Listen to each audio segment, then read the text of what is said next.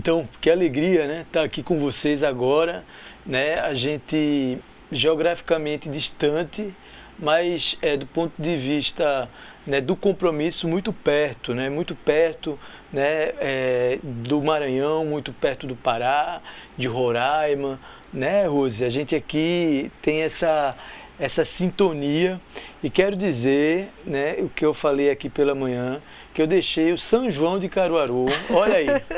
Imagina um nordestino sair no dia de São João, na véspera de São João, né? Mas assim, deixei satisfeito, que eu sei que vai ter outro São João no ano que vem, mas esse dia aqui, esse junho pra gente está sendo muito especial, porque isso tem a ver com o nossa história, história de luta e defesa dos conselheiros tutelares, dos conselhos de direitos, de defesa dos direitos da criança e do adolescente, né? Então aqui eu quero registrar o meu agradecimento mais uma vez, dizer que é uma satisfação minha estar do lado da Rose, né? Mandar um abraço para toda a equipe do IFRO, daqui de Rondônia, daqui de Porto Velho, agradecer os câmaras, o pessoal aqui da técnica que tem nos dado assim maior atenção, né? E dizer para vocês, né, que agora a gente vai falar sobre os fundamentos históricos dos direitos da criança e do adolescente. Se com a professora Rosa a gente trabalhou o conceito de direitos humanos de uma forma mais ampla, agora a gente vai lidar com questões mais específicas do que a gente chama de direito da criança e do adolescente. Veja, o Norberto Bobbio, num livro chamado A Era dos Direitos, ele nos diz o seguinte, né, os direitos humanos surgiram a partir de questões universais, de questões gerais, e com o tempo eles foram se especificando. Por exemplo, o direito das mulheres, os direitos dos trabalhadores, o direito da população indígena, dos LGBT+, né? Dessa luta por direitos surge também os direitos da criança e do adolescente, que não é uma coisa de hoje, né? Não é uma coisa do nosso século, nem da Constituição de 88. Na verdade, desde o final do século passado, a criança surge como, né, um ser diferente do adulto. O Philippe Arrier, na sua obra clássica chamada A História da Família e da Criança, ele diz que foi a modernidade que inventou a infância, né? É sobre essas questões que a gente vai tratar aqui na nossa aula, né? Mas eu queria começar a minha aula com uma frase do Flores Galindo, um ensaísta peruano, que ele diz o seguinte, presta bem atenção, vocês que estão aí, né, pertinho, né, da gente, né? Não há receita, tampouco um caminho traçado, nem uma alternativa definida. A gente precisa construir. O que esse ensaísta peruano, esse poeta peruano nos diz? Que não há receita. Aqui a gente está fazendo, não é uma receita de bolo, né? Não é uma coisa dada, pronta. Pelo contrário, a gente está aqui querendo construir um caminho novo, né? E é a partir dessa perspectiva, né, que a gente vai começar agora a trabalhar questões relacionadas, né, a isso que a gente chama de direito da criança e do adolescente. Vamos recapitular um pouco o conteúdo, né, que propõe essa disciplina. Logo de manhã cedo, né, a gente falou sobre o que esse nosso momento nos reserva, e é importante então recapitular na teleaula 1, né, acompanhe o nosso slide, né, que ele diz assim, estudar o que é essa disciplina objetiva, estudar, do ponto de vista do seu conteúdo, a história das crianças e dos adolescentes, no contexto onde vivem, né, e é fundamental para compreender os casos atendidos pelos conselhos municipais de direitos. Ou seja, para atender cada menino, cada menina que chega no conselho, né, cada menino e cada menina que vocês articulam enquanto política pública, é necessário compreender a historicidade, né, de cada uma delas, do ponto de vista individual. Presta bem atenção, do ponto de vista individual, mas também do ponto de vista coletivo.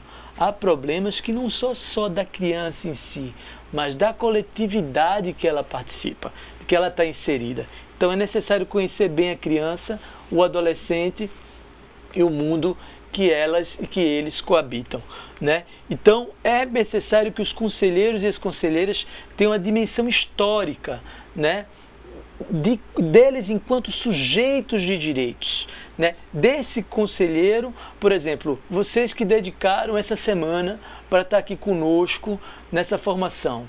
Isso faz parte da história de vocês, isso é um direito humano. Não é isso, Rose? Exatamente. A formação continuada é um direito humano que vocês têm, né? E o que é que muitas vezes desperta em vocês, né, durante a formação? Né? A trajetória de vocês. Né? Eu acho que isso é muito importante perceber. Né? Momentos como esse nos faz não só conhecer um dado a mais, uma informação a mais, uma legislação a mais, mas faz a gente rever o mundo que a gente vive. Exatamente. Ampliar os horizontes de análise. Isso faz toda a diferença. Né? Então, esse é o nosso objetivo. E quero dizer também, recapitular, que existiu aqui objetivos específicos, como entender os problemas sociais da criança e do adolescente. Eu acho que um pouco que a professora Rose nos trouxe na fala dela, né, que foi uma fala mais abrangente do ponto de vista, né, dos direitos das mulheres, dos indígenas, né, é necessário também perceber, né, que a gente pode desdobrar esses direitos no campo da criança e do adolescente. Ou seja, quando a gente fala do direito das mulheres, a gente precisa pensar no direito das meninas, que é diferente dos meninos. Olha a questão de gênero aí aparecendo e olha a importância da gente perceber que tanto do ponto de vista do atendimento, como do ponto de vista, né, da promoção da política pública, é necessário que a gente pense, né, que existe essas diferenças. Né? Quando a gente fala das populações indígenas, dos direitos dos povos indígenas, né, a gente está falando também da criança indígena, da indígena criança. E quero dizer para vocês que fazem parte do que a gente chama de Amazônia Legal, né, que mais de 50%, né, da nossa população é uma população indígena. Olha aí que interessante. Daí essa força, né, de conhecer essa biodiversidade, essa sociodiversidade, para tentar respeitar essa pluralidade. Né? Quero também dizer que o outro objetivo é conhecer a definição da história da criança. Né? Como é que a gente construiu isso que a gente chama infância? Conselheiros e conselheiras, há uma diferença entre o que é ser criança e ter infância. Vocês já pararam para pensar nisso? Né? Uma coisa é ter infância, outra coisa é ser criança. Né? Eu penso que a luta da gente, Rose, é fazer com que, né, as crianças tenham o direito de viver as infâncias. Isso, né? mesmo. Essa é uma questão muito séria e que a gente precisa aqui estar, né, despertando o nosso interesse, o nosso olhar, né, para fazer com que, né, a nossa atuação seja mais efetiva na vida desses meninos e dessas meninas, né? E, né, reconhecer a historicidade dos direitos humanos. A gente deixou, né, na parte da tarde, uma perguntinha, uma questão geradora para vocês, que seria qual o papel da história, né, para a atuação dos conselheiros, né, das conselheiras. Né? Eu quero aqui também estender, né, que deve acontecer nos polos, também a importância da história para quem trabalha no sistema de garantia de direitos. Sim. Vejam, a história ela é feita por mudança e por permanência. Uma lei que é criada não necessariamente quer dizer que essa lei vai mudar a vida das pessoas, porque uma coisa é a lei, outra coisa é quem opera a lei, quem faz com que essa lei seja efetivada. E isso faz toda a diferença na vida, né, dos meninos e meninas pós-estatuto da criança e do adolescente. Né? A gente vai trazer aqui questões que vocês responderam ao longo, né, desse período da manhã e da tarde. Né? A gente vai estar aqui interagindo. Né? Não dá para responder todas as perguntas, né? Mas é importante, né, que muitas delas sejam efetivadas em blocos. Né? E tem uma questão importante que eu queria trazer, que acho que foi um conselheiro do Maranhão, se eu não me recordo, se eu não estou enganado. Ele falou assim: e como é que a gente pode falar disso tudo que vocês estão falando no contexto de hoje? Veja, nunca foi fácil falar de direitos humanos. Né? A vida da gente é fortemente marcada por duas questões: a luta pelo reconhecimento e a luta pela efetividade. A Lynn Hunt, no seu livro A Invenção dos Direitos Humanos, ela diz o seguinte, né, para que os direitos humanos sejam efetivados, é necessário que exista uma cultura dos direitos humanos sendo fomentada na nossa sociedade. Ou seja, uma coisa é você aprovar uma lei, outra coisa é fazer com que essa lei, né, se torne efetiva a partir do momento que a gente em sociedade vive e convive. Então, essas são questões, conselheiros e conselheiras que estão nos escutando aí, né, importantes para que a gente possa aqui fazer, né, dessas questões, dessa questão geradora, né, o nosso ponto de partida. Bem, a gente tem uma externa que quer aqui trazer para vocês, que eu considero que ela seja assim muito importante, porque antes da gente falar do que é isso que a gente chama de direito da criança e do adolescente, como é que se construiu historicamente essa concepção de direito da criança e do adolescente, né? E a Escola de Conselhos de Pernambuco, no qual eu faço parte desde 10 anos, que eu vou me aposentar na Escola de Conselhos, e mandar um abraço para os meus professores queridos, Silvino, Almir, nossa equipe técnica que está lá em Pernambuco, que pode estar ou não nos assistindo, mas eu quero dizer para vocês que a gente produziu esse vídeo, né? Parte dele a gente vai ver hoje e amanhã também, tá joia? Vamos dar uma olhadinha nele para saber como é que se construiu essa questão dos direitos da criança e do adolescente. Vamos lá?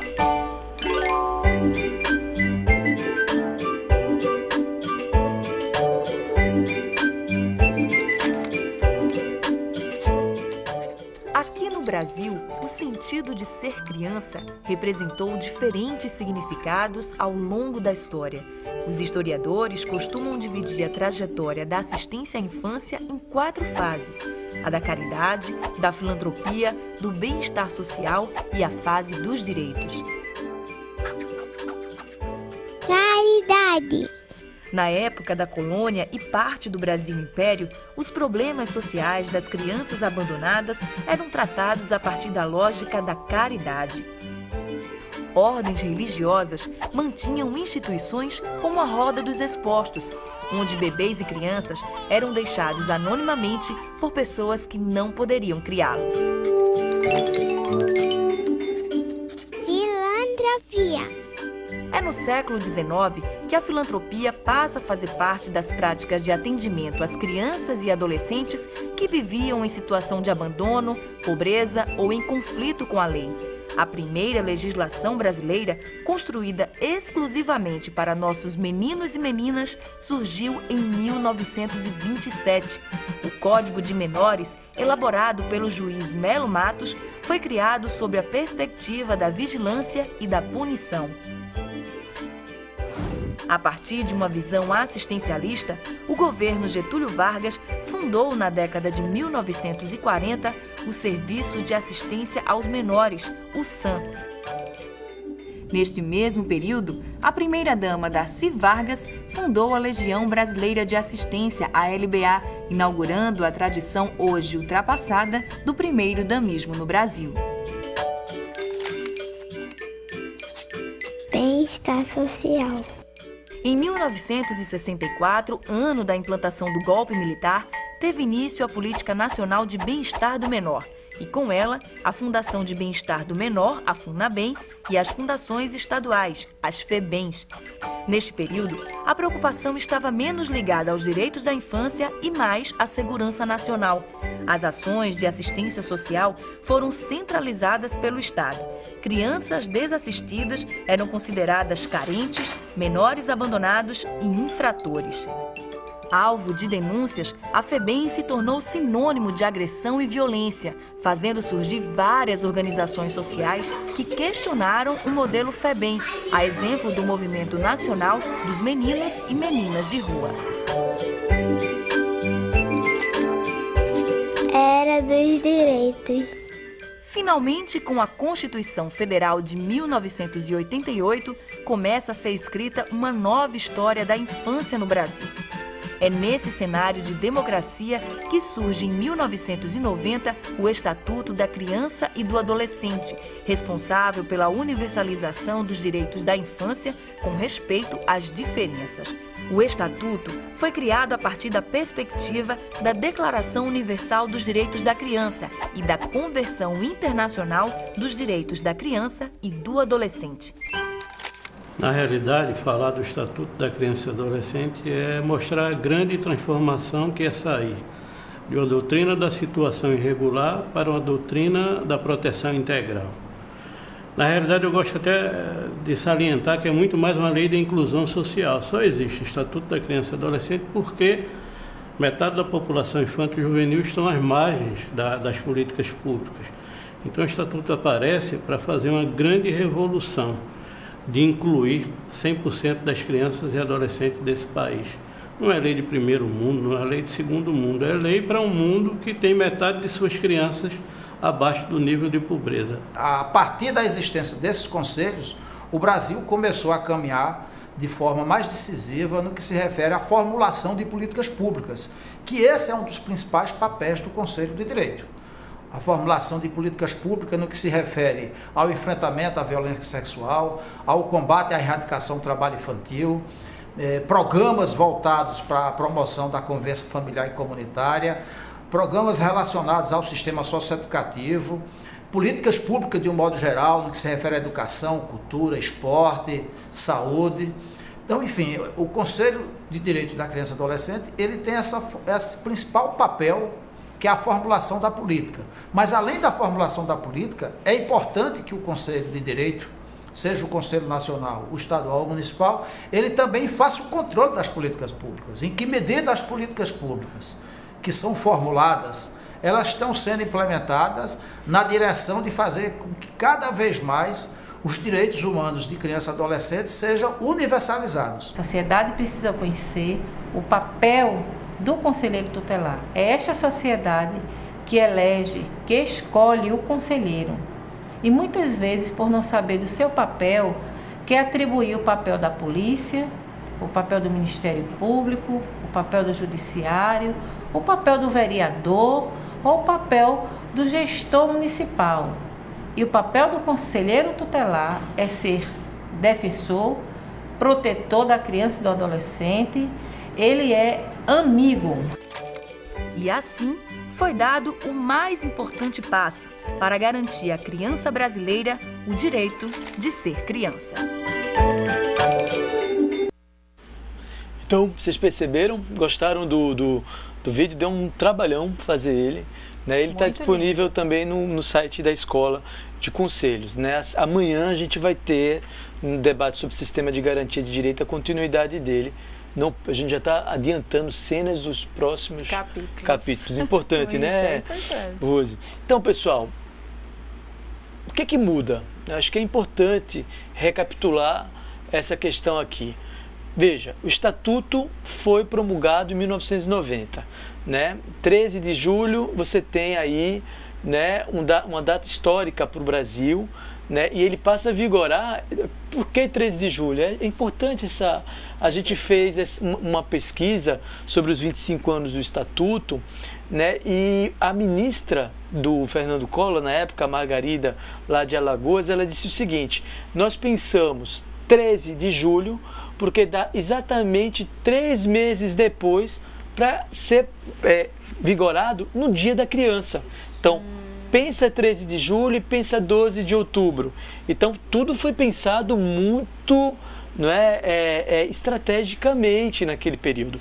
Né? Ou seja, ele foi promulgado 13 de julho, a gente faz sempre aniversário para o Estatuto, mas ele passa a entrar em vigor em 12 de outubro de 1990.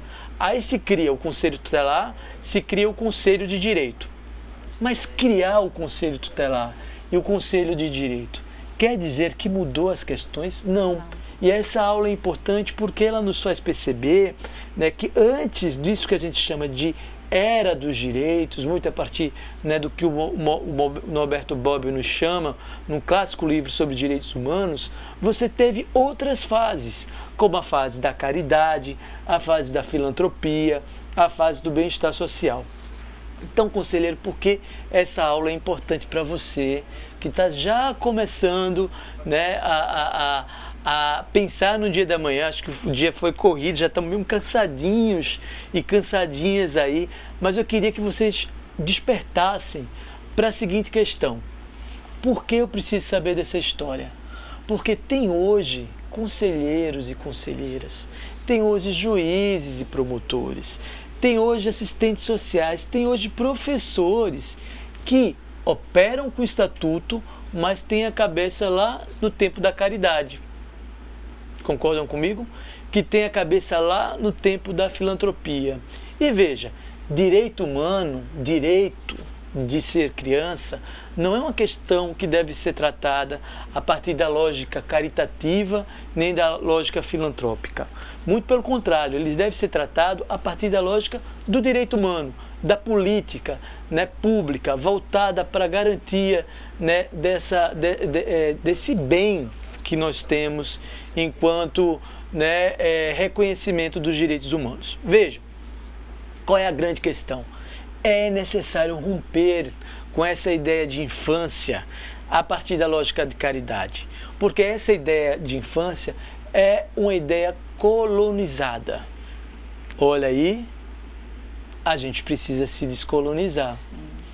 Precisa mudar a cabecinha da gente, porque não há como a gente tratar crianças e adolescentes como sujeitos de direitos e ainda pensando que a caridade é a solução, né, que a filantropia é a solução, que o bem-estar é a solução. E é importante perceber a diferença entre bem-estar e caridade, né? Eu acho que é muito importante dar uma olhadinha no livro que acompanha esse vídeo, chamado Quero um Conselho. A gente faz uma diferença, o que é caridade, o que é filantropia, né? O que é bem-estar e o que é que a gente chama de direitos humanos. Agora, o que é muito importante perceber nessa aula? Cada fase da história, né, ela veio acompanhado com uma questão que o Felipe Herrier nos chama a atenção, que é, Rose, o sentimento do que é ser criança.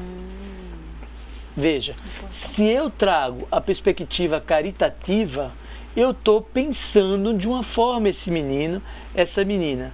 Se eu trago a partir da filantropia, eu penso a criança de uma outra forma.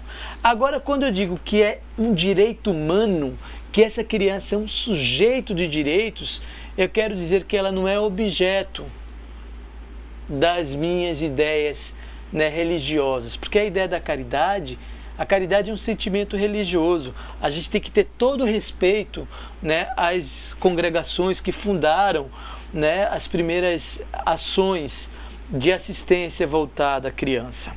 Agora, é importante perceber o seguinte: existe, conselheiro, uma diferença entre assistência e assistencialismo. E isso precisa ser colocado de uma maneira muito, mas muito forte no nosso cotidiano, né? Uma coisa é a assistência social, outra coisa é o assistencialismo. Então, quando a gente pensa em conselheiros e conselheiras, pensando em distribuição de cesta básica pela distribuição de cesta básica. Veja, matar a fome de uma pessoa é algo que é urgente, né? Então, existe, né, o Sistema Único de Assistência Social que dá conta disso. Agora, distribuir cesta básica, né, fazer aquele assistencialismo que não vai resolver o problema das pessoas, essa é uma questão que a gente precisa refletir. O que vocês acham? Vocês concordam comigo? A gente pode estar discutindo isso, os tutores podem também nos trazer, né, questões como essa. Uma outra questão importante que a gente não pode deixar de perceber é que eu já disse para vocês que existia as diferentes, que uma coisa é ser criança e outra coisa é ter infância. Até aí tudo bem? Tudo bem. Mas eu quero dizer uma coisa para vocês, né? Existe a criança ou as crianças? Existe a infância ou as infâncias? Eu penso que essa é uma questão também importante para a gente discutir. Vocês não acham, não? Porque, veja, até a partir do que a Rose estava discutindo, né, nessa fase anterior à minha contribuição, né, vocês estavam falando de crianças ciganas, de crianças indígenas, né, de crianças ribeirinhas, de crianças que vivem no meio do mundo urbano. Logo, se existem diferentes crianças, existem diferentes infâncias.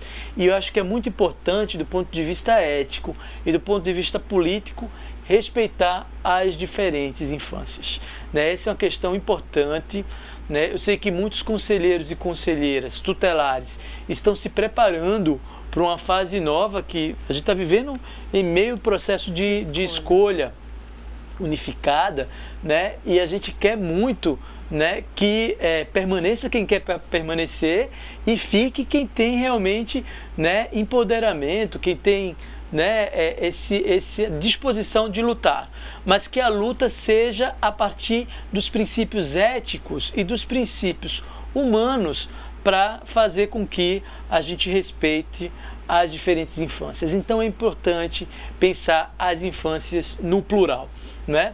A partir dessas questões, né, tem muitas outras que a gente poderia trazer aqui, né, do que a gente estuda, do que a gente pesquisa lá no nosso mestrado e no nosso doutorado, mas eu quero também dizer para vocês que esse é um momento que é um ponto de partida, né, Rose? É verdade. A partir daqui é bom ler outros livros, ler outras referências, né? Porque eu quero dizer uma coisa para vocês: ninguém nasce conselho tutelar, ninguém nasce conselho de direitos, as pessoas se constroem no cotidiano, conselheiros e conselheiras, tá joia?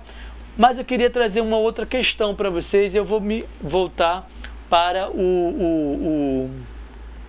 os slides que traz um pouco de forma sistemática. Acompanhe comigo o que a gente chama de trajetória histórica, né, disso que a gente chama de direitos humanos de crianças e adolescentes, e é a base dos fundamentos, né? Vejam, antes do que a gente chama de doutrina da proteção integral, do Estatuto da Criança e do Adolescente, nós tivemos mais duas doutrinas, uma chamada salvacionista e a outra chamada da situação irregular. Uma é fundada a partir da promulgação do Código de Menores e a outra a partir da promulgação da segunda fase ou da reformulação do Código de Menores. Nós tivemos um Código de Menores, né, fundado em 27 e outro, né, e esse código é reformulado em 79. Por que ele é reformulado? Porque ele muda a perspectiva, né, do que é, né, da doutrina, dos seus princípios, né? Vocês já ouviram falar, por exemplo, né, o que é, professor, isso que o senhor está chamando de salvacionista? Essa palavra nova que eu ainda não vi, né? O que é que o senhor vem de Recife para falar isso para mim, né? Vou dizer uma coisa para vocês: salvacionista vem de salvação mesmo, né?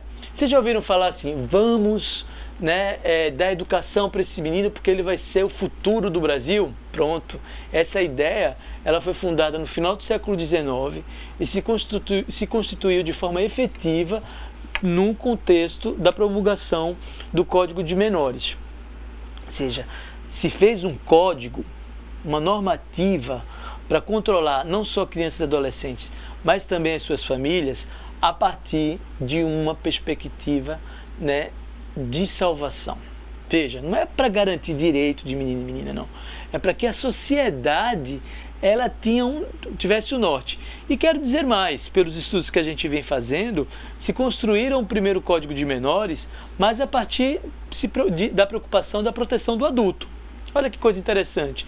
As pesquisas que a gente desenvolveu sobre o Código de Menores, elas dizem o seguinte, né? Na época de 1920, você tinha um crescimento das cidades, né? A periferização, né, das capitais. Rose falou na aula dela sobre a questão do pós-abolição. A escravatura ela não resolveu a vida de muitos afrodescendentes. Tanto é que se você pega o mapa da violência, né, você vê aí que a maioria das pessoas que morrem são negros, são adolescentes negros. E isso tem uma história, né? E o que acontece? O primeiro Código de Menores foi construído para controlar a vida desses meninos, né, que circulavam no mesmo momento, no mesmo espaço que, né, a burguesia, né, as pessoas que tinham dinheiro. Naquela época não tinha shopping. Então as pessoas que transitavam no meio da cidade, né, eles tinham que conviver com esses meninos que ficavam na rua.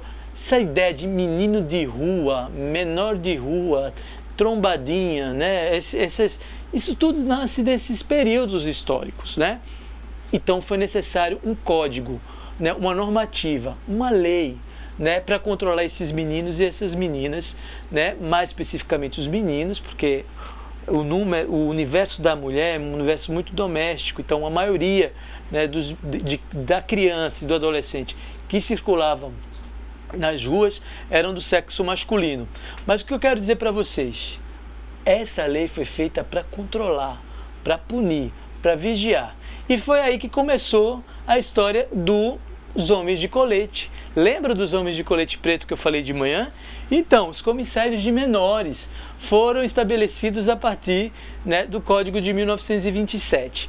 Comissários ou agentes de menores. Eles eram atrelados aos juízes de menores, né? E eles eram pessoas que circulavam, né, para controlar, usavam armas, cacetete, pegavam os meninos, colocavam numa Kombi. Aí depois a gente precisa saber como é que isso funcionava, isso em Belém, ou aqui mesmo em Porto Velho.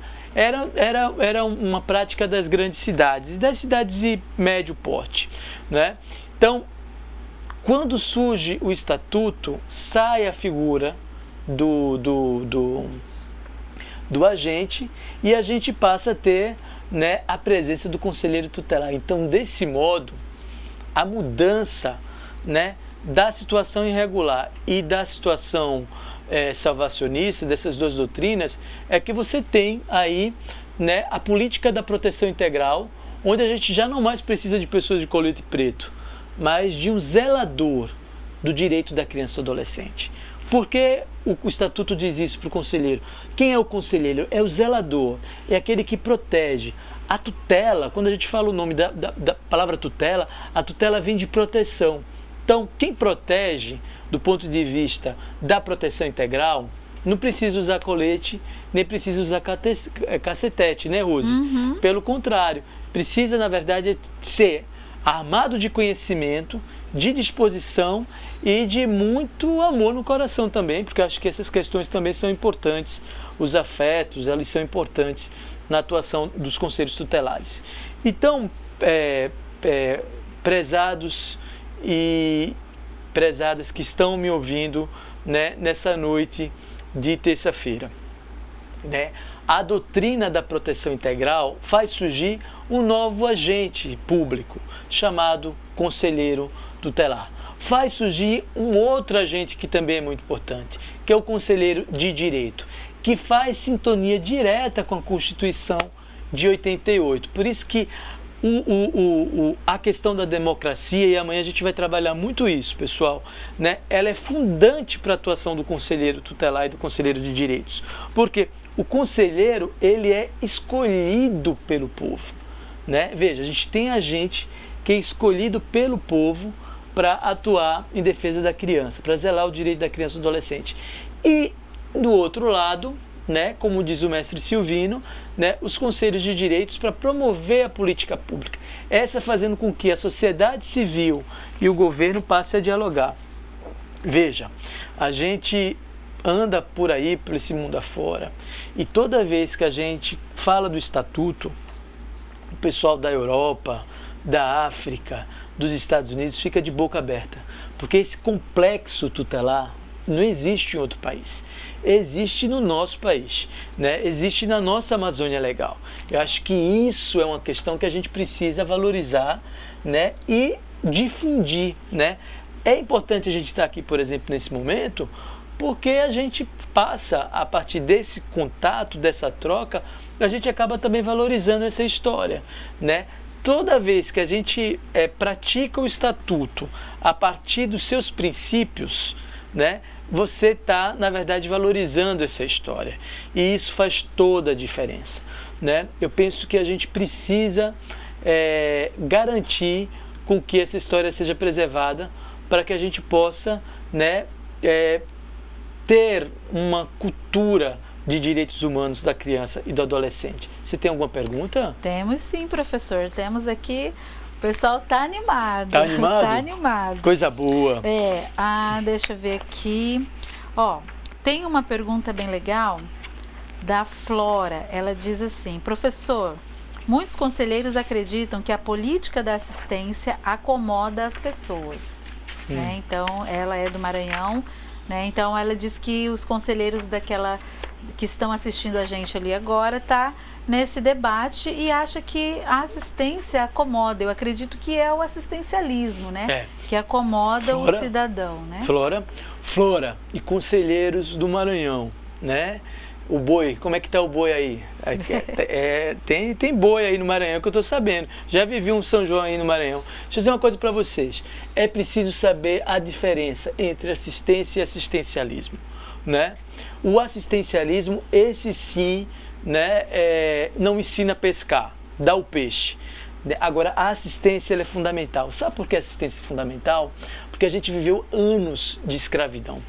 Porque a gente viveu anos, né, de uma sociedade onde as pessoas não eram tratadas como sujeito de direitos, eram tratadas como objeto dos interesses. Quando você vê o número de violência praticada contra criança, contra adolescente da periferia, você vê a necessidade da gente ter um sistema de assistência social fortalecido, né? O CRAS, o CREAS, ele é fundamental porque ele faz com que direitos historicamente violados passem a ser reparados, né? Eu acho que é muito importante a gente perceber, né, conceitualmente a diferença entre assistência e assistencialismo, né, para que a gente possa perceber, né, como é fundamental a atuação do próprio Conselho Tutelar, né? Um país como o nosso criou o Conselho Tutelar porque a demanda em relação aos direitos da criança e do adolescente é muito grande, né? Isso foi se aperfeiçoando com a criação do CRAS e do CREAS, né? Com disso que a gente chama de sistema de garantia de direitos, né? Eu acho que é muito importante a gente verificar a diferença conceitual, né, entre essas duas perspectivas, e é bom também estudar um pouco sobre a história do SUAS, do Sistema Único da Assistência Social. E essa sua fala, o senhor já respondeu aí, professora, a pergunta do Otávio Galvão, né? Que ele pediu exatamente para que explicasse essa diferença entre a assistência e o assistencialismo. Então, o pessoal está aqui, obrigada pela participação de vocês. Tem muitas perguntas, mas o professor vai dar continuidade. Depois a gente volta aqui com as que a gente tem uns 30 minutos e o nosso amigo aqui já me sinalizou que eu só tenho 15. Menos que 15, né? Eu estou sabendo disso, né? Porque a conversa está tão boa, né, professor? Né, uma coisa assim, né? Eu tenho uma pergunta para vocês. Vocês vão passar 20 minutinhos, né? Isso, tu me ajuda no próximo slide, por gentileza, amigão? Né? Então, conselheiros, quando a gente pensou, o curso era só para conselheiro, mas eu vou ampliar aqui para os profissionais que atuam, né, no sistema, né, do nosso sistema de garantia de direitos, né? Queria que vocês discutissem entre vocês o que muda e o que permanece na região de vocês, né? O que tem na região de vocês ainda, né, de uma doutrina salvacionista ou da proteção irregular? O que tem ainda na região de vocês, na atuação de vocês, né, do que a gente chama de uma perspectiva de caridade ou de filantropia, né? O vídeo nos ajudou a pensar um pouco nisso, o texto também, né, esse material bonito que a gente tem aqui, ele nos brinda, né, nesse debate, mas é importante perceber e identificar, né, nas práticas cotidianas o que a gente entende do que é, né, caridade, que ainda percebe, que ainda permanece, né, do que ainda é filantropia, do que ainda é bem-estar. Vejam, né, a história ela precisa ser ética e responsável. Há quem queira negar a história, né? Mas isso é uma luta, o que a gente chama de batalhas das narrativas, né? Enquanto há quem queira negar, nós estamos aqui para dizer que a história é importante, tanto é que ela faz parte dessa matriz. Mas eu quero dizer para vocês uma coisa, a história é importante, é para a gente pensar um mundo melhor. A história nos leva a pensar um mundo diferente, né? A história é importante para que a gente aprenda o que aconteceu, mas aprenda para nunca mais repetir, né, Rose? Então, lembrem sempre de uma coisa que eu vou dizer para vocês, né? É importante lembrar para aprender e aprender para não repetir. É importante lembrar para aprender e aprender para não repetir, né? Eu acho que hoje a gente aprendeu um pouco do que é caridade, do que é filantropia, né? Do que é isso, dessas doutrinas da salvação, que busca salvar, né? Que busca colocar em situação irregular. Uma questão importantíssima que eu não posso deixar de colocar aqui, né? Quando nós pensamos nessas leis, nesse Código de Menores, nós criamos uma cultura chamada cultura menorista.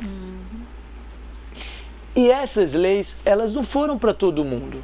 O estatuto é para todo mundo, é para criança pobre, é para criança rica, é para o adolescente da classe média, é para o adolescente que está na periferia, né? É para os quilombolas, é para os indígenas. Se a gente analisar direitinho o Código de Menores, se a gente analisar direitinho, né, essas outras doutrinas, elas vão criar especificações. Por exemplo, essa lei foi feita para menor abandonado, menor delinquente, isso é tudo entre aspas, né? E menor, né, carenciado. Veja, essas leis não são leis que pensaram de uma maneira universalista. Elas pensaram para atender exatamente as crianças que viviam em situações de vulnerabilidade. E essa lei criou um sentimento da criança também, né? Porque a gente diz assim, a gente não fala a palavra menor. E não é questão de capricho linguístico de intelectual, isso não existe, né? A gente não fala a palavra menor, sabe por quê?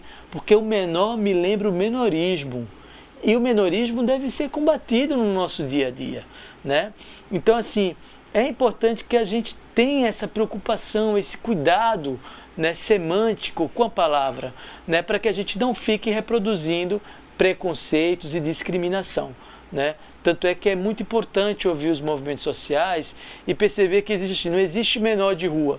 Existe meninos e meninas em situação de rua, em conexão com a rua, né? É diferente, por exemplo, de você identificar, né, e categorizar esses meninos e meninas a partir dessa perspectiva. Você não concorda, Rose? Concordo plenamente, professor. E já que você me passou a fala, tem aqui uma perguntinha da Ingrid, né? Ela quer saber, ela falou assim: professor, você citou um livro intitulado Quero um Conselho. Os alunos vão receber? Esse livro, quero dizer uma coisa também para vocês, conselheiro é tudo igual. Essas perguntas tem lá em Recife também, né? Impressionante, né? Olha, ele está na internet, né? Está no site da Escola de Conselhos, né? Deu um trabalhão bem grande fazê-lo, então, né, organizá-lo, né? Esse foi um trabalho coletivo que a gente fez que deu muito, muito certo. Ele está à disposição, né, na biblioteca virtual da Escola de Conselhos de Pernambuco. Ótimo. Tem mais uma aqui. O ECA pode ser entendido só como uma garantia de direitos ou também aponta obrigações por parte das crianças e adolescentes? Como sair de uma armadilha que acaba minando o debate sobre os direitos e deveres de criança e adolescente? Eu acho que é muito importante a gente pensar a possibilidade de construir uma lei para a cultura, né, de uma educação em direitos humanos. Por exemplo, eu não vou dizer que as crianças e os adolescentes tenham atribuições como, por exemplo, os adultos têm, responsabilidades que os adultos têm. Mas você pode trabalhar responsabilidades com as crianças e adolescentes. E o Estatuto da Criança e Adolescente traz isso, não é verdade, Rose? Exatamente. Por exemplo, quando ele diz que a criança tem o direito de estudar, ela tem a responsabilidade de ser um bom estudante. O dever, né? Não é isso? Quando você diz que o menino ele tem o direito de praticar esporte, ele tem a responsabilidade de ser bom esportista, né? Então, assim, dentro do seu universo psíquico, social, biológico, respeitando os seus limites. Lembre-se sempre, o conceito de criança e adolescente é um ser, para o Estatuto, é um ser em desenvolvimento peculiar, é um ser humano em desenvolvimento peculiar. Então você não pode garantir as mesmas responsabilidades, né, para a criança e para o adolescente do que o adulto, né? Ou seja, o Estatuto não nasceu para passar a mão na cabeça de ninguém. Quem fala isso, né, precisa estudar o Estatuto, né? Quando a gente fala dos sinais, vocês vão ter uma aula só sobre os sinais, mas adiantando um pouquinho, né? Quando a gente tem uma normativa voltada para os adolescentes que estão cumprindo medida socioeducativa, ela é importante porque você tem, né, um grupo social que precisa de um cuidado especial. Agora, eu não vou dizer que o estatuto passa a mão na cabeça, não, ele cria um universo de responsabilidades, né, respeitando biologicamente, psicologicamente, espiritualmente esses meninos e essas meninas, né? Faltam 5 minutos. Tem uma questão, né, que eu vou voltar aqui para o pessoal, né, ficar bem sintonizado. O que permanece no cotidiano de vocês? Daqui a 20 minutos a gente volta e a gente quer discutir mais sobre isso, né? Mas tem mais uma questão, Rose? Isso, professor. Tem uns colegas querendo saber, se eu repetir a pergunta de novo, certo, né, ou informar a página, que daí eles vão procurar lá, está no material. Né, essa pergunta, ela facilita os colegas lá. Está lá no... Eu vou repetir aqui, né? O que muda, o que permanece no cotidiano de vocês, né? E ela está entre as questões geradoras, né? Por exemplo, aqui na página, deixa eu ver aqui.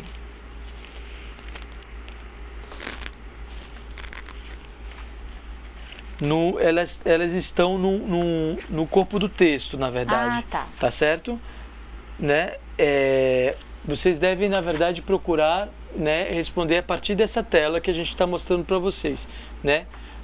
Por gentileza, o que muda e o que permanece no cotidiano das crianças e dos adolescentes, certo? Essas questões estão aqui no texto, né? Mas elas estão, né, em volta à narrativa textual, né? Eu acho que é bom colocar assim. Daqui a pouco eu tenho até um gabarito aqui, né? Mas vocês vão responder. Faltam 3 minutinhos. 3 minutinhos.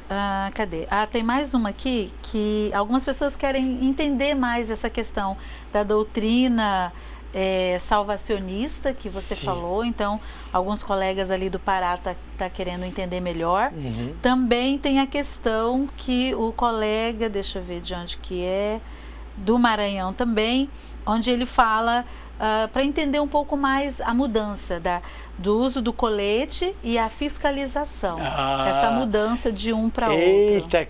Então, pessoal, vocês estão percebendo que vocês já estão respondendo a pergunta?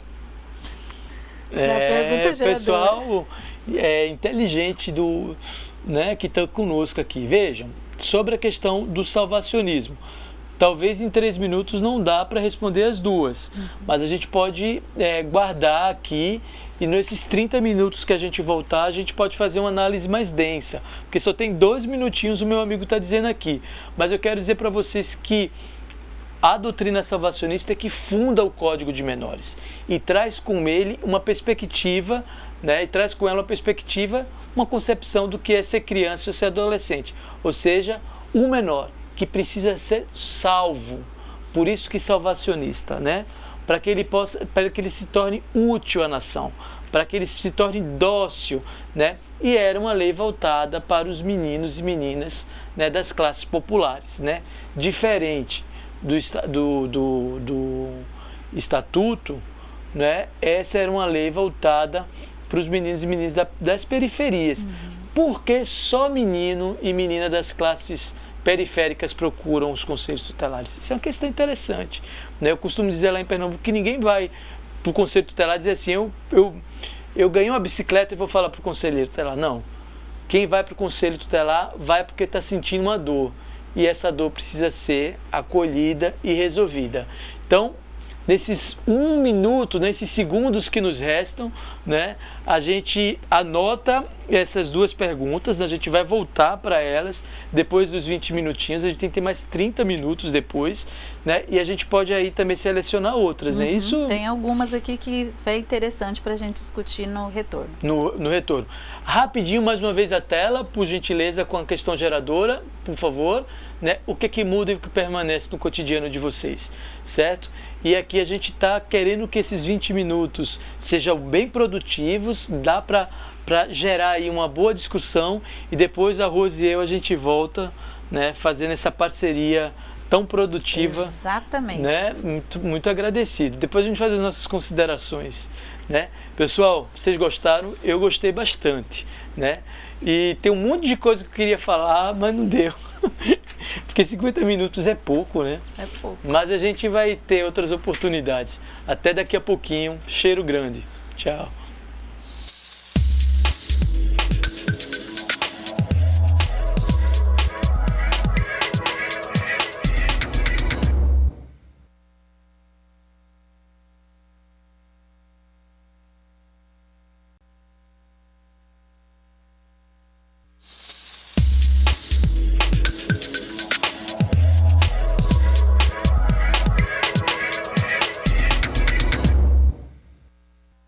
E aí, tranquilo?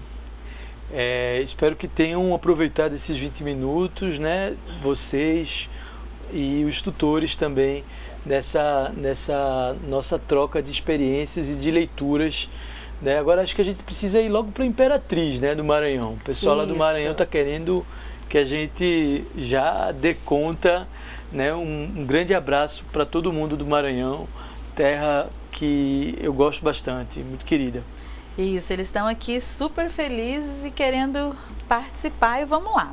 Eles responderam a sua pergunta assim: saímos de um caráter punitivo e fomos para uma proteção integral. O que permanece é a cultura da punição e os pensamentos retrógrados de retrocesso e menorista. Certo, eu acho que já dá aí para a gente adensar essa resposta dos nossos colegas do Maranhão, né, de Imperatriz, mais notadamente, e dizer que eles refletiram de uma maneira muito bem sistematizada. Ou seja, existe uma diferença da lei, mas uma permanência da cultura. Ou seja, há muitas pessoas que trabalham com a perspectiva, que fundamentam suas ideias a partir do estatuto, mas tem a cabeça ainda lá no Código de Menores. Então essa aí é uma questão que a gente precisa realmente, né, se perceber, né, se analisar. Será que eu tenho acompanhado o que os marcos normativos têm nos proporcionado? Porque mudar da cultura punitivista por uma cultura da proteção é mudar a própria concepção que eu tenho, né, do que é ser criança e do que é ser adolescente. Eu lembro bem, Rose, também, né, que essa é uma questão que faz a gente aqui discutir, é aquela luta que a gente teve para aprovar a Lei Menino Bernardo, né, onde muitos conselheiros, né, e conselheiras eram contra a aprovação da lei, né, que buscava proteger as crianças de castigos físicos e tratamento cruel e degradante. Então, assim, como isso é preciso modificar, né? Ou seja, o conselho que protege é aquele mesmo que é a favor dos castigos físicos. Essa é uma questão bem séria, concordam comigo? Então, eu penso que o pessoal de Imperatriz respondeu bem, refletiu bem, né? Parabéns ao tutor ou à tutora, né? E a todas e todas do Maranhão, viu? Isso. Temos mais algumas aqui. Certo. Daqui de Rondônia, né, lá do polo de Cacoal, eles esclarecem assim, a Kelly fala que o que permanece, o que mudou na realidade foi a criança tornou-se sujeito de direito, que houve essa mudança. E aí tem aqui também a questão ainda de Rondônia, que na trajetória salvacionista permanece com a própria polícia, né, e homens de colete, e filantropia e caridade mudou através das políticas públicas. Certo, espero que a partir dessa aula as pessoas não queiram mais usar colete preto, né? Tenham muito cuidado, conselheiros, por exemplo, quando vocês utilizam, por exemplo, uniformes preto com a logomarca do governo federal. Vocês não são funcionários públicos federais, né? São agentes públicos municipais. Então, constrói uma identidade visual bonita para o Conselho Tutelar e, se precisar de uniforme, utiliza um uniforme onde as pessoas possam reconhecê-los, não como agentes de punição ou de controle, mas como aqueles zeladores e zeladoras em defesa do direito da criança. Concorda, Rose? Concordo plenamente. Tem mais uma resposta agora do Acre. Olha o que muda de acordo com a resolução número 181 do Conselho Nacional de Direito da Criança e do Adolescente, torna-se fundamental reconhecer as diferenças para garantir a equidade como crianças indígenas, ribeirinhas e tal. O que se muda é que o bem viver da criança e adolescente está relacionado ao conhecimento das diferentes infâncias, para a resolução 181 do CONANDA. Então leram bem o texto, né? E amanhã a gente vai trabalhar um pouco mais sobre a resolução 181, trabalhar também com a questão dos fluxos interculturais, né? Como é que esse sistema de garantia de direito pode construir, né, a ideia de um atendimento específico. Eu costumo dizer o seguinte, Rose, para as crianças diferentes, um atendimento diferente. Você não pode tratar de forma igual quem é diferente, né? Eu penso que essa é uma questão que vai ser bastante interessante amanhã pela manhã. Os meus amigos aqui da técnica já falaram que eu vou voltar para trabalhar essas questões, não é isso, amigão? Então, a gente está aqui à disposição para estar adensando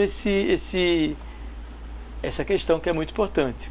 Isso, tem uma aqui que a colega de Roraima, né, ela pergunta o seguinte: partindo da primazia da prioridade absoluta, sabemos que passamos por momentos de mudanças socioculturais e políticas, levando em consideração ao direito à educação.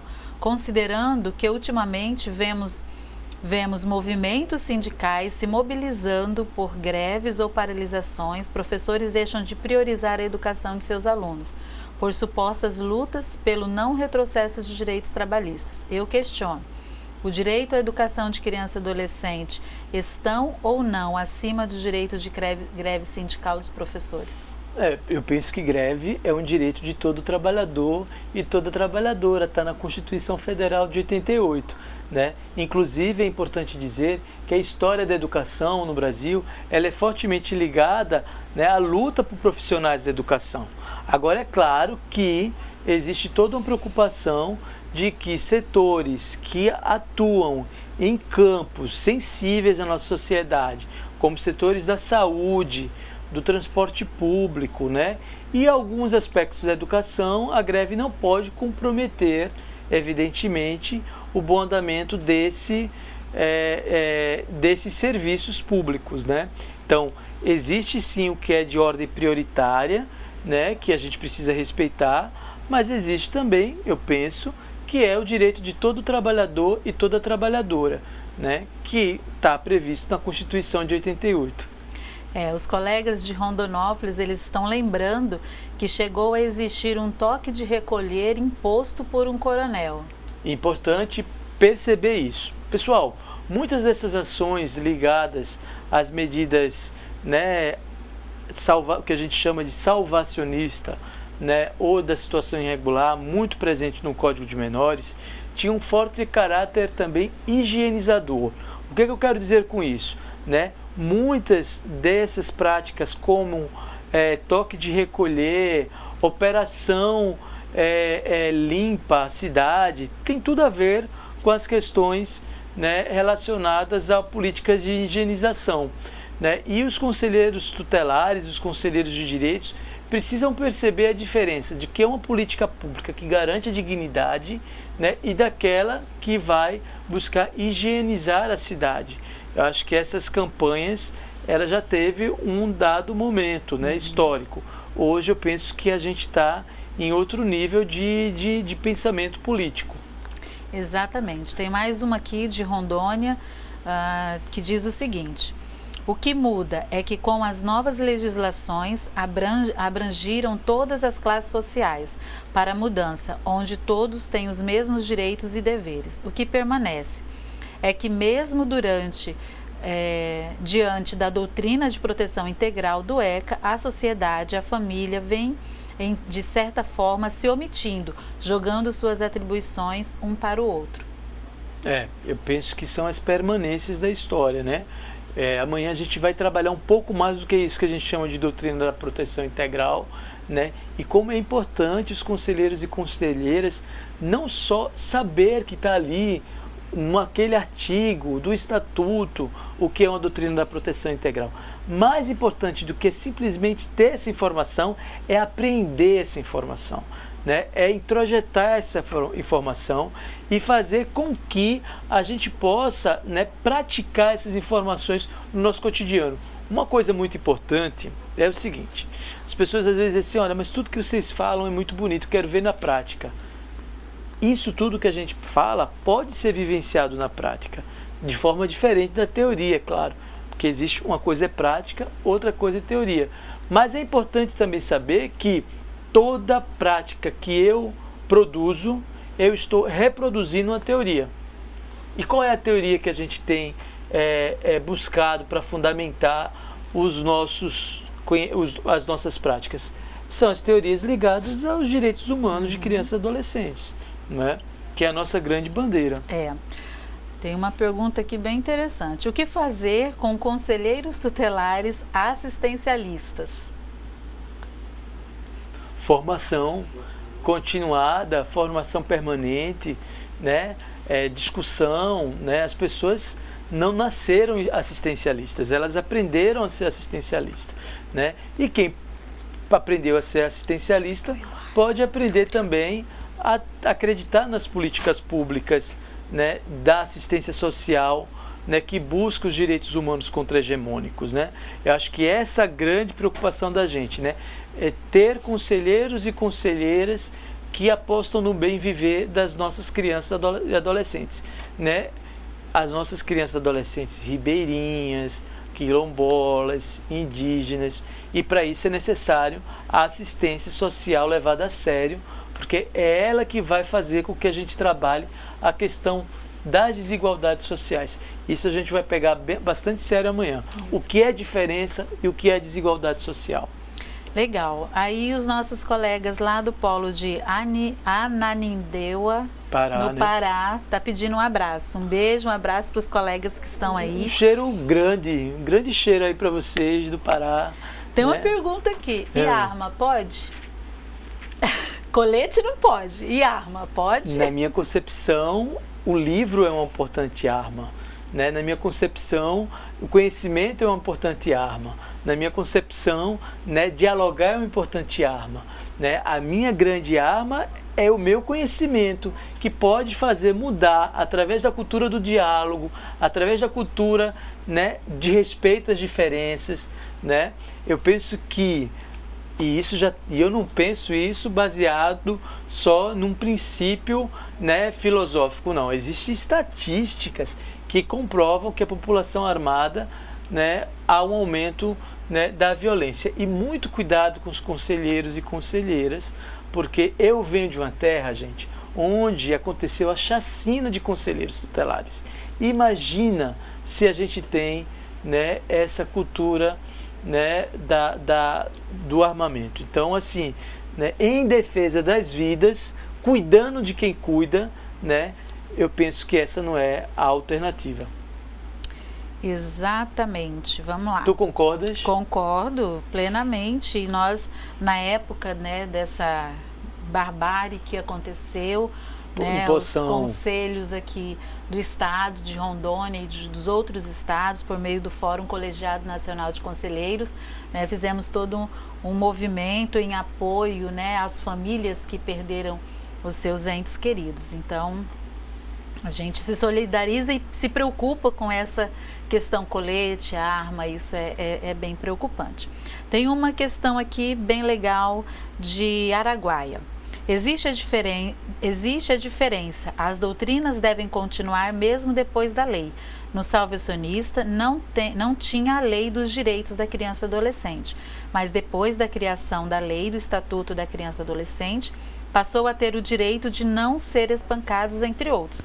Mas a doutrina e educação deve ser feita pelos pais. Cláudio Honor, cursista do IFAP.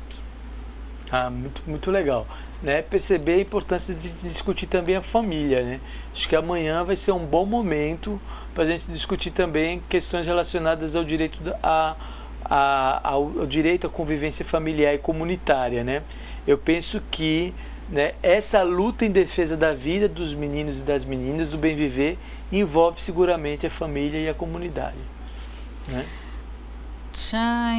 Deixa eu ver, tem muita coisa aqui bem legal que os alunos se empolgaram aqui. Isso é muito legal, a participação. Olha, essa hora da noite, vocês aí empolgados, é muito, muito gratificante, né, professor? Muito gratificante também para todos nós que estamos aqui, né, nessa nossa batalha.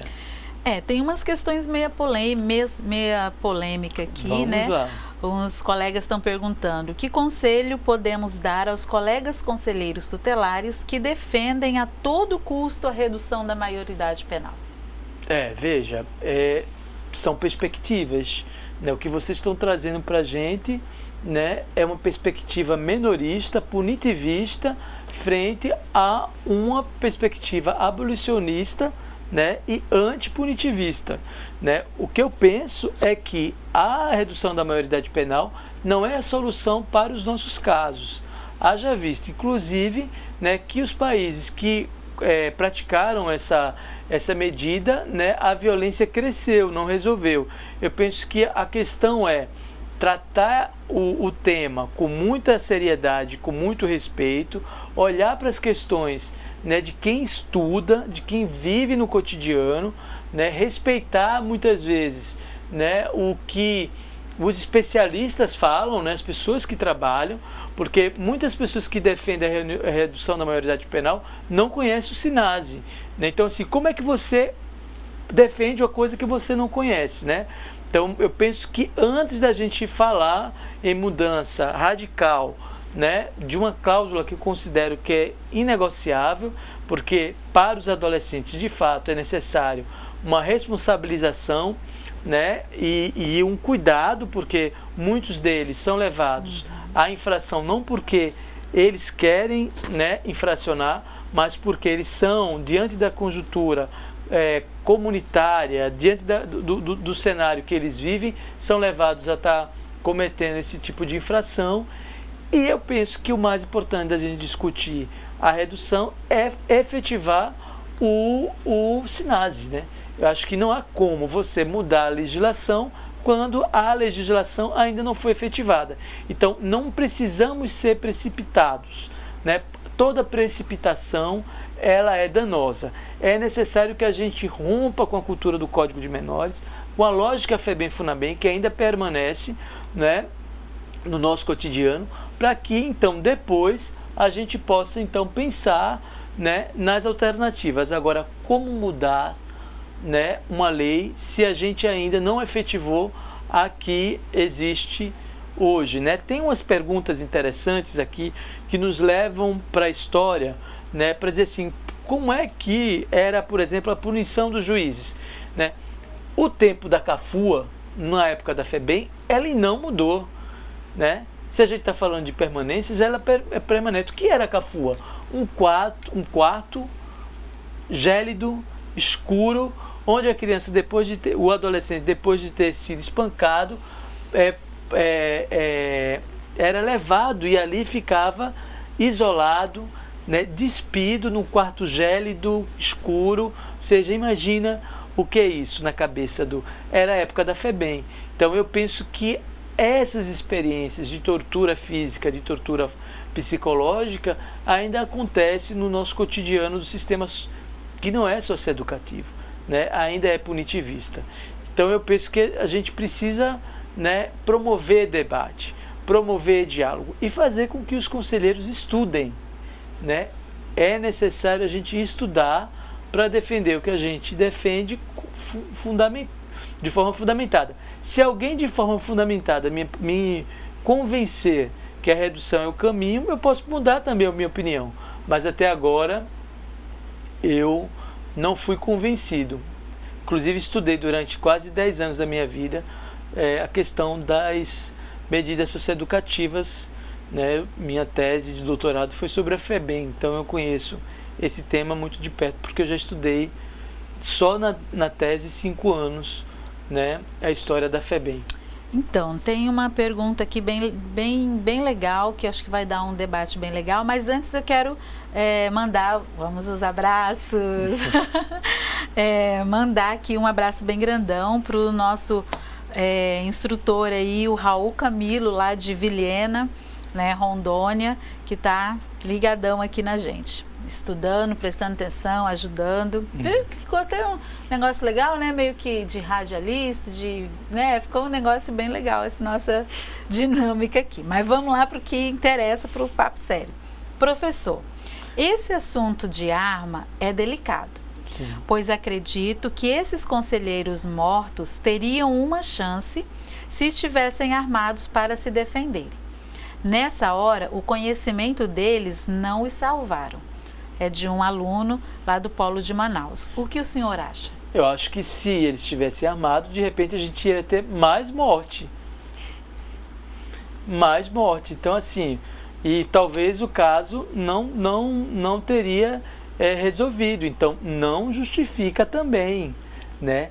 O armamento, ele é muito difícil, porque você sabe que a menina ainda se salvou, a criança, né?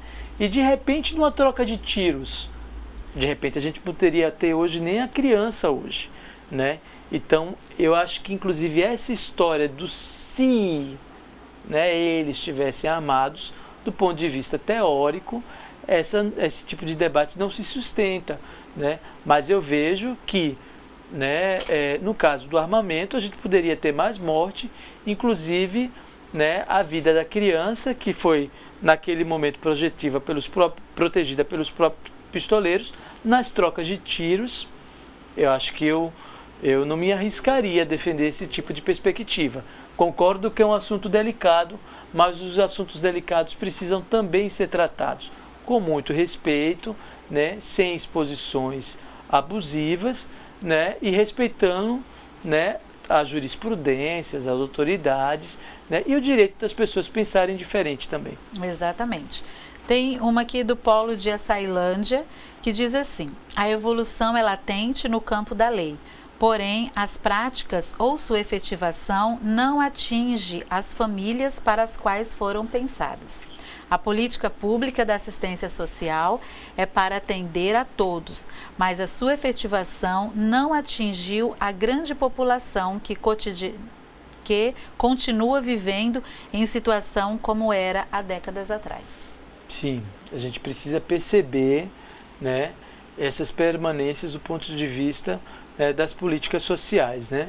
E perceber também que boa parte das pessoas que recorrem ao Conselho Tutelar, ao CRAS e ao CRES, são pessoas que vivem socialmente mais vulneráveis, né? Então, assim, é necessário, para isso, que o conselheiro, que a conselheira tenha esse olhar mais sensível para as pessoas que precisam. Agora, também não ter o preconceito às avessas de pensar que a população economicamente mais favorecida não sofre questão também de violência, né?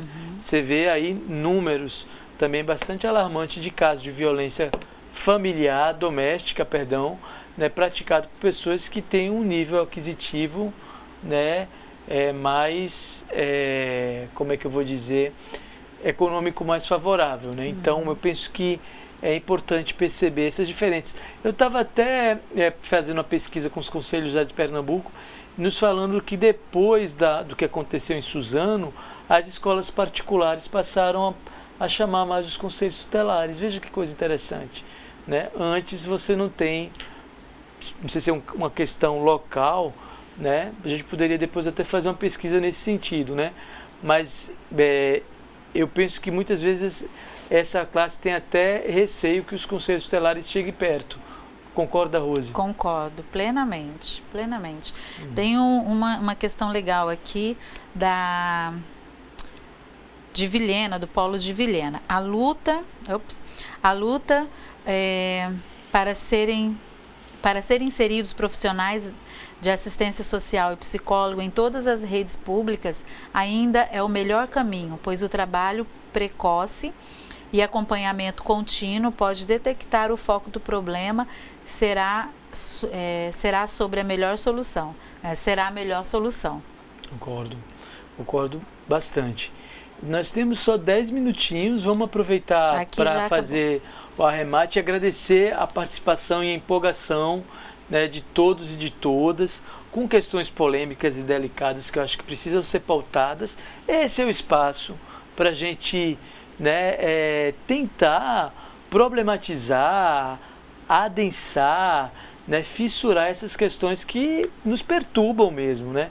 Eu acho que com muito carinho e com muito respeito a gente pode pensar diferente, né, e pode expor as nossas, né, diferenças, e onde que isso pode acontecer de uma maneira, né, educada, eficaz, eficiente, responsável, numa escola de conselhos. Por isso que eu acredito tanto na escola de conselhos, porque ela faz com que nessas questões elas sejam colocadas em tela e de uma forma muito responsável, muito, né, como é que eu vou dizer, comprometida, a gente pode então resolver e discutir, né, de forma fundamentada essas questões sensíveis e delicadas.